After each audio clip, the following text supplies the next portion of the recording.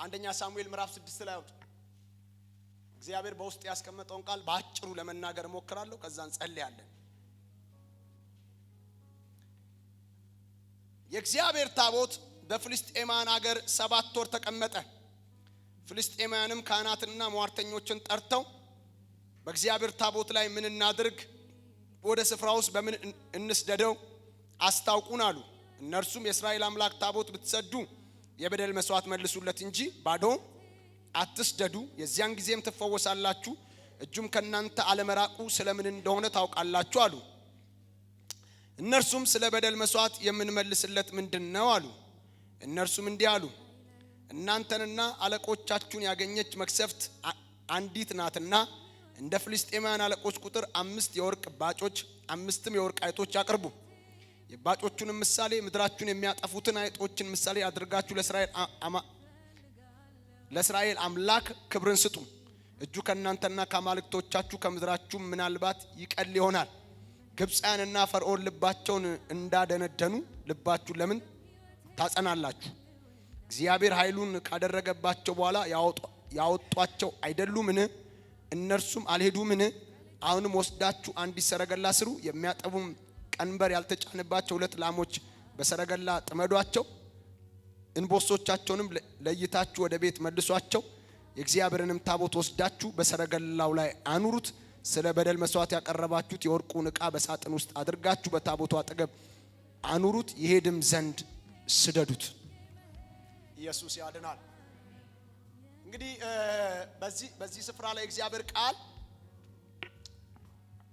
ከአንድ ታሪክ ይጀምርና ከዛ በዚህ በ6ኛው ምዕራፍ ላይ አሁን ያነበብኩትን ይናገራል። ምንድነው የሆነው? የእግዚአብሔር ታቦት ተማርኮ ፍልስጤማን ጋር ገባ። እንግዲህ የተማረከበት ኮዙን ስንመለከት ያው እንደምታውቁት እስራኤላውያን ለውጊያ ሲወጡ ወይ ደግሞ ጦርነት ሲከብድባቸው ታቦቱን ይዘው ይወጣሉ። ታቦቱ በመካከላቸው ካለ ሁሉ ጊዜ ድል ነው የሚያደርጉት። ምክንያቱም 10ቱ የእግዚአብሔር ትእዛዛት 10ቱ ቃል ያረፈበት በራሱ በእግዚአብሔር ጣት የተጻፈበት የእግዚአብሔርን ከነሱ ጋር መኖር የሚወክል ስለነበረ ልክ ታቦቱን ይዘው በወጡበት ሁሉ ድል ያደረጉ ይመለሳሉ። እና በዚህ በሳሙኤል ምዕራፍ 3 ጀምሮ ስትመለከቱ ከፍልስጤማን ጋር ባደረጉት ጦርነት እንደተሸነፉ፣ እንደተዋረዱ፣ እንደተመቱ የእግዚአብሔር ቃል ይናገራል። ሲዋረዱ፣ ሲሸነፉ፣ ሲመቱ ቆይ እስቲ ምናልባት ታቦቱን ይዘን ብንወጣ ታቦቱ ከኛ ጋር ከሆነ እግዚአብሔር ድል ይሰጠናል ብለው አሰቡና ታቦቱን ከመቅደስ ይዘው ወጡ። ታቦቱን ይዘው ወጥተው ገና ታቦቱ የእስራኤል ሕዝብ መካከል ሲገባ እስራኤላውያን ታላቅ እልልታ አሰሙ፣ ታላቅ ጩኸት አሰሙ። አሁን ይሄንን እልልታ ፍልስጤማውያን ሲሰሙ ምንድነው ሲሉ አሬ እግዚአብሔር ታቦት በእስራኤል ሰፈር ገብቷል፣ ወዮ አለቀልን፣ በርትታችሁ ተዋጉ ተባባሉ ፍልስጤማውያን። የሚገርመው ነገር ውጊያው ቀጠለ። አሁንም እስራኤላውያን ተሸነፉ። አሁንም ታቦቱ ተማረከ። ታቦቱ ተማርኮ የት ገባ? ፍልስጤማውያን ሰፈር ገባ። ታቦቱ የተማረከበት ምክንያት ኃይል አጥቶ አይደለም፣ አቅም አጥቶ አይደለም። አቅሙንማ ቀጥሎ ታዩታላችሁ፣ ኃይሉን ቀጥሎ ታዩታላችሁ። ነገር ግን በእግዚአብሔር ቤት ያገለግሉ የነበሩ የኤሊ ልጆች አፍኒና ፊናስ ምናምንቴዎች ነበሩ ብሎ የእግዚአብሔር ቃል ይናገራል። ምናምንቴዎች ናቸው፣ እግዚአብሔርን አያውቁም፣ ግን ደግሞ አገልጋዮች ናቸው። ምናምንቴ ናቸው፣ እግዚአብሔርን አያከብሩም፣ ግን አገልጋዮች ናቸው። የእግዚአብሔርን ቤት ንቀዋል፣ ግን አገልጋዮች ናቸው። እግዚአብሔርን አይታዘዙትም፣ የልባቸውን ፍቃድ ያደርጋሉ፣ ግን አገልጋዮች ናቸው። የሚገርመው ነገር ምንድነው? ህዝቡ መስዋዕት ይዞ ሲመጣ መስዋዕቱን ለእግዚአብሔር ካቀረበ በኋላ ካህኑ ድርሻውን ይወስዳል፣ ካህኑ ይካፈላል፣ የካህኑ ድርሻ አለ። እነሱ ግን ሰው እንኳን መስዋዕት ይዞ ወደ መቅደስ ሲመጣ ቅድሚያ የመጀመሪያውን አምጣው ነው የሚሉት። አምጣው እንበለዋለን ነው የሚሉት። እግዚአብሔርን ይንቁ ነበር ይላል፣ መስዋዕቱን ይንቁ ነበር ይላል። ያልበቃ ብሏቸው ደግሞ መቅደሱን ጭምር በዝሙት አረከሱ። ኤሊ ደግሞ አልገሰጻቸውም፣ አልከለከላቸውም። የእግዚአብሔር ቁጣ ነደደ። ከዛ ፍልስጤማውያን ተነስተው ለውጊያ ሲወጡባቸው እግዚአብሔር ድል ሊሰጣቸው አልፈለገም። ለምን? መቅደስ ተበላሽቷል። ለምን? ካህናት ተበላሽተዋል። ለምን? አገልግሎት ተበላሽቷል። በነገራችን ላይ እንደገና ልንገራችሁ በጣም ትልቅ መበላሸት ምን እንደሆነ ታውቃላችሁ? ካህን ሲበላሽ ነው። በጣም ትልቅ ጥፋት ምን እንደሆነ ታውቃላችሁ? አገልጋይ ሲጠፋ ነው። አገልጋይ ሲበላሽ፣ ካህን ሲበላሽ፣ ቤቱን ሲያረክስ የዛን ሰዓት ሽንፈት ይጀምራል። የዛን ሰዓት ውድቀት ይጀምራል። የዛን ሰዓት ውርደት ይጀምራል። አሁን ጠላት በኢትዮጵያ ቤተክርስቲያን ላይ ሊያደርግ የወጣው ይሄንን ነው። ሊሰራ የወጣው ይሄንን ነው። ምናምንቴዎችን በአደባባይ ያቆመ፣ የረከሱትን በመድረኮች ላይ ያቆመ፣ እግዚአብሔርን የሚንቁትን በመድረኮች ላይ ያቆመ፣ በቤቱ ላይ ያቆመ፣ ከአገልጋይ መካከል እየደባለቀ ቤቱን ለማርከስ ተሸናፊ እንዲመስሉ ለማድረግ ክብሩን ለማውጣት ለማራቅ ነው እየሰራ ያለው።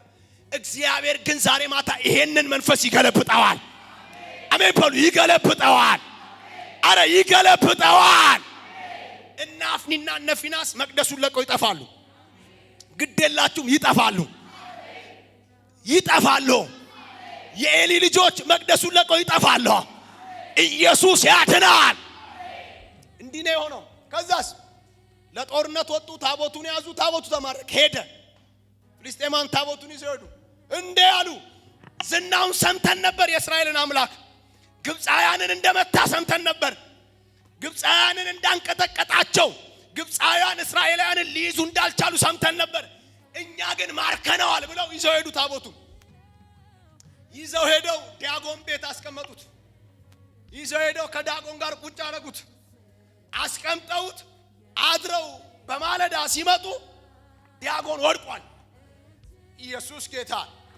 ምንድነው የተፈጠረው ብለው እንደገና ዳጎንን ጠጋግነው አቁመውት እንደገና ሄዱ። በማግስቱ ተመልሰው ሲመጡ ኢየሱስ ያድናል። ከነ ጭራሹ እንዳይጠገን ሆኖ ዳጎን ተሰባብሯል። አሁን ምን እየሆነ ነው ስትሉ ፍልስጤም ሰፈር ላይ ብቻው ያለ ረዳት፣ ብቻው ያለ አጋሽ፣ ብቻው ያለ ሰው እግዚአብሔር እየተገለጠ ነው። ኢየሱስ ያድናል። ዘንድሮ አንድ ነገር ይሆናል። እግዚአብሔር የስሙን ክብር በአደባባይ ያስጠራል። የስሙን ታላቅነት በአደባባይ ያሳውጃል።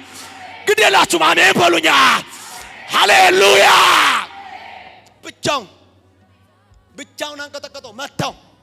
ከዛ በኋላስ የፍልስጤም ከተማ ላይ ፍርሃት ወደቀ። መምታት ጀመረ እግዚአብሔር። በባጭ ይመታቸው ጀመር፣ በሞት ይመታቸው ጀመር። ካህኖቻቸውን ይመታ ጀመር፣ አለቆቻቸውን ይመታ ጀመር። አምስቱ የፍልስጤም ከተማዎች ማሸጋገር ጀመሩ።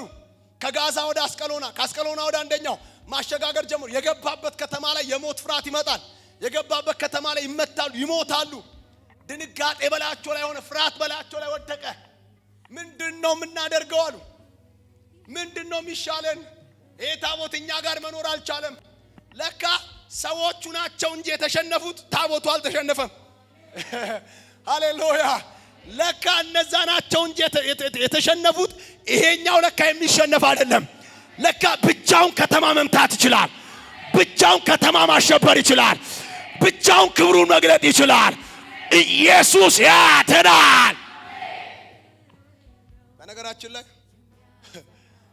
እንስደደው አሉ። በቃ ሊይዙት አልቻሉ። እንመልሰው ሲሉ ጠንቋዮቻቸውን ጠሩ፣ ሟርተኞቻቸውን ጠርተው ሲመጡ ምንድነው የምናደርገው? ምን ይሻላል ሲሏቸው፣ አረ እናንተ ሰዎች ልባችሁን አደንድናችሁ እንደ ፈርዖን እንዳታልቁ፣ እንዳትሞቱ። ይሄ የእስራኤል አምላክ ታቦት ከባድ ነው። የእስራኤል አምላክ እኮ ማለት ግብፅን ያንቀጠቀጠ የመታ፣ ፈርዖንን የቀጠቀጠ፣ በኩሮቻቸውን የገደለ ነው። እና ምን እናርግ ሲባል መልሱት። በምን መልሰው? በካሳ መልሱት። ካሳ ሰጣችሁ ምን በሉት? መልሱት። ስጦታ ሰጣችሁ መልሱት። ኢየሱስ ያድናል። ሃሌሉያ። አሁን ምን መሰላችሁ? ኦልሞስት ቤቱ መጽዳት ጀምሯል። የኤሊ ልጆች ሞተዋል። ሃሌሉያ። ሳሙኤል ከስር እያደገ ነው። ታቦቱ ሊመለስ ነው። ገብቷችኋል ምን እያልኩ እንዳለ? እግዚአብሔር አምላክ እና አፍኒን እና ፊናስን ኢየሱስ ክርስቶስ ጌታ እንደዚህ አይነት በርኩሰት ዓለም ውስጥ በእግዚአብሔር አደባባይ ያሉትን ይጠርጋቸዋል። አይደለም በጣም ረጅም ጊዜ እድል የተሰጣቸው እግዚአብሔር ያጸዳቸዋል። ግዴላችሁም ያጸዳቸዋል። ታያላችሁ በእግዚአብሔር አደባባይ ላይ መሆን የሚጀምረውን ነገር ታያላችሁ። ኢየሱስ ያድናል። ከዛ በኋላ ታቦቱን የወርቅ ስጦታ የምናምን አድርገው በሳጥን ከተው ሰረገላ አምጥተው በላሞች ላይ አድርገው ላኩታ። አቅጣጫ አልተሳሳተ፣ መንገድ አልሳተ፣ ቀጥ ብሎ መሄድ ጀመረ። ኢየሱስ ያድናል። ዛሬ ማታ ልናገር የቆምኩት ይሄን ነው። እዚህ ውስጥ ዛሬ እግዚአብሔር ድል ሰጥቶናል ይሄን ቃል እንድንሰማ። ምናልባት የሆነ ነገር ውስጥ ምናምን እየነካካችሁ ያላችሁ ሰዎች ካላችሁ ወጣ በሉ፣ ተመለሱ በጊዜ ማለት ነው። ኢየሱስ ያድናል። እግዚአብሔር ግን አንድ ነገር ያደርጋል። እናንተ ያስማረካችሁትን የሱን ነገር ከጠላት ሰፈር ያስጥላል። እናንተ ያስማረካችሁትን ጸጋችሁን ቢሆን፣ ቅባታችሁን ቢሆን፣ ጸሎታችሁን ቢሆን፣ አገልግሎታችሁን ቢሆን እግዚአብሔር አምላክ ያስጥልላችኋል። ጩሁና ያስጥልልኛል በለዋል። እኔ ዛሬ እዚህ መድረክ ላይ ቆምኩበት ምክንያቱ እግዚአብሔር እድል ምሰጣቸው ሰዎች አለ ብሎኝ ነው። ምርኳቸው የሚመለሱ ሰዎች አለ ብሎኝ ነው። ጠላት የበዘበዛቸውን አስጥላለሁ ብሎኝ ነው። እስቲ ይመለከተኛል ያለ አሜን ይበለኛል። እስቲ ይሄን ጸሎት ቆመን እንጸልይ። ግድ የላችሁም። ሃሌሉያ። ይኸው ልቡ ካላችሁ አንድ ደቂቃ በእግዚአብሔር ፊት ራሳችሁን ለእግዚአብሔር ስጡ። ልባችሁ ምናልባት ጸጋችሁን ያስጠላችሁ፣ ቅባታችሁን ያስጠላችሁ፣ አገልግሎታችሁን ያስጠላችሁ ሰዎች ካላችሁ አንድ ደቂቃ እድል ልስጣችሁ። ለእናንተ አንድ ደቂቃ መንፈሳዊ ነገራችሁን ያስጠላችሁ ሰዎች ካላችሁ አንድ ደቂቃ እድል ልስጣችሁ። አንድ ደቂቃ በልባችሁ ውስጥ አንድ ደቂቃ፣ ምክንያቱም የማይክሮ ሰከንድ ጉዳይ ስለሆነ እድል ልስጣችሁ። ከዛ በኋላ እንጸልያለን፣ ምርኮን እናስመልሳለን። ግድ የላችሁ። እድል ነው ዛሬ ማታ። በትክክል እግዚአብሔር ነው ተናገር ብሎ ይሄንን ቃል የሰጠኝ። ሊፈውስሽ ነው ጌታ፣ ሊፈውስ ነው። ምርኮን ሊመልስ ነው።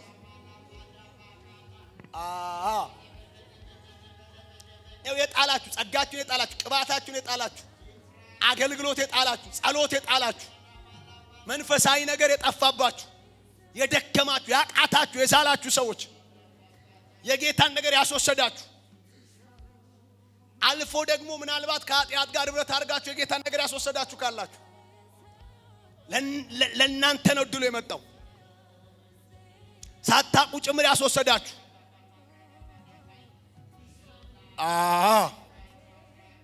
እስቲ አንድ ደቂቃ በልባችሁ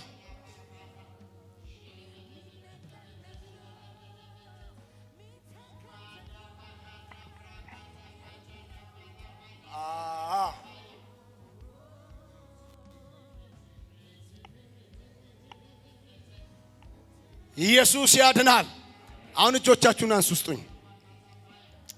አባቶይ በጌታ በኢየሱስ ክርስቶስ የስም ስልጣን ሳናቅ ያስማረክ ነው ያስወሰድ ነው ያንተ ነገር፣ ጸጋ ቢሆን፣ ጸሎት ቢሆን፣ አገልግሎት ቢሆን፣ መንፈሳዊ ነገር ቢሆን ዛሬ በኢየሱስ ደም ምህረት እንዲሆንልን እንጸልያለን። እግዚአብሔር ሆይ ምህረት እንዲሆንልን እንጸልያለን። ባስነጠቅነው ነገር ላይ፣ አቅም ባጣንበት ነገር ላይ፣ እንደ ሳምሶን ስንሞክር ኃይል በተነጠቅነው ነገር ላይ ዛሬ ማታ የምህረት እጅ እንዲመጣ እንጸልያለን። የምህረት እጅ እንዲዘረጋ እንጸልያለን። በልጅ ደም እንድታጥበን እንጸልያለን። በልጅ ደም እንድትቀድሰን እንጸልያለን። በልጅ ደም ነፃ እንድታወጣን እንጸልያለን። እግዚአብሔር ሆይ ዛሬ ማታ በልጅ በኢየሱስ ደም ፈውስ እንዲሆንልን እንጸልያለን። የተስማማ አሜን ይበል። እስቲ ጨምራችሁ አሜን በለዋ። አሁን ቀኝ እጆቻችሁ ውስጡና በጌታ በኢየሱስ በለዋ። በሉ ወሳኝ ስራ ነው አሁን የምንሰራው። በጌታ በኢየሱስ በለዋ። በጠላት የተወሰደ በለዋ የኔ ምርኮ በለዋ። በጠላት የተያዘ በለዋ የኔ ምርኮ በለዋ። በጌታ በኢየሱስ በለዋ። ዛሬ ማታ በለዋ አስለቅቃለሁ በለዋ። አስለቅቃለሁ በለዋ። በኢየሱስ በለዋ። አስጥላለሁ በለዋ። በኢየሱስ በለዋ። አስለቅቃለሁ በለዋ። ሃሌሉያ። ጠላት የያዘውን አስተፋለሁ። የተያዘ ጸጋ አስተፋለሁ። የተያዘ ቅባት አስተፋለሁ። የተያዘ ጸሎት አስተፋለሁ። የተያዘ አገልግሎት አስተፋለሁ። የተያዘ መንፈሳዊ ዓለም አስተፋለሁ። አሜን በሉ። አስተፋለሁ። ሻፓካታ ኮባሪያ ካማሲያ ማንዶስ ሃሌሉያ። ከተስማማችሁ ከጌታ ጋር ይሄ ዛሬ ማታ ሆኗል። እልልታ ስጡና ቁጭ በሉ።